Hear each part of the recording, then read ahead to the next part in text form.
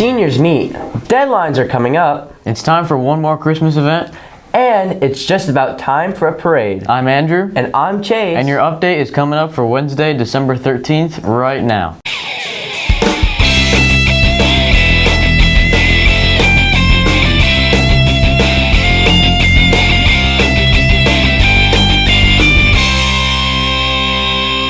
Good morning, everybody. So, Andrew, what do we have to start us off? Well, this Thursday will be the school-wide Christmas chapel. That's awesome. Wait, does that mean that the schedule is going to be wacky? Sure does.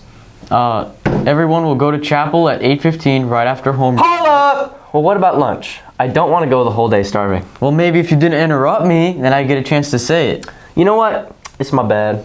Anyways, as I was saying, lunch for high school will be at 12:22 and for middle school at 1:11. Moving on, the elementary and middle school competitive cheer teams will be walking in a parade with the high school cheerleaders on Friday before they head off to compete this weekend. But this year it will be only in the elementary and middle school hallways, not in the high school. Lastly, the second payment for the Fine Arts trip to Universal in February is due by the end of this week. Well, let's send it off to sports. Thanks, Andrew. It was a pretty busy day yesterday on the field and on the court. All the soccer teams were in action. Middle school was just down the road at Canterbury, and the girls lost with a score of 4-1, with a goal by Lara Bangle, and the boys lost 3-0. Varsity was also on the road to Outdoor Academy in Sarasota. The girls lost with a score of 2-0, and the boys lost with a score of 4-1. Back here at home, boys basketball faced off against Sarasota Christian, and while JV won with a tight score of 51-47, for varsity it looked to be a different story in the first quarter. After falling behind in the first quarter, the Sentinels started raining threes in the second quarter, led by Logan McLaren and Drew Irwin. They came from behind to pull off a victory 61-58. Nice job. Well, there are no sports today because it is a Wednesday, but another student athlete has been nominated for the News Press Athlete of the Week. Drumroll, please.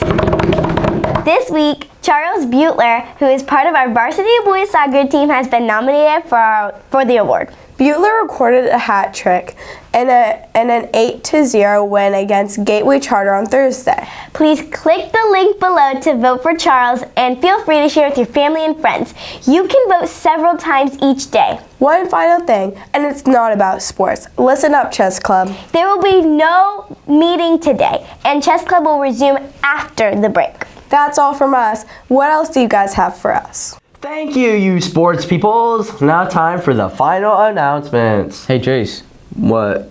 guess what's coming up this Friday? A onesie dress down day? Of course not. There will be a mandatory senior trip meeting during 7th period. The meetings will be in C7, Mr. Jones's classroom.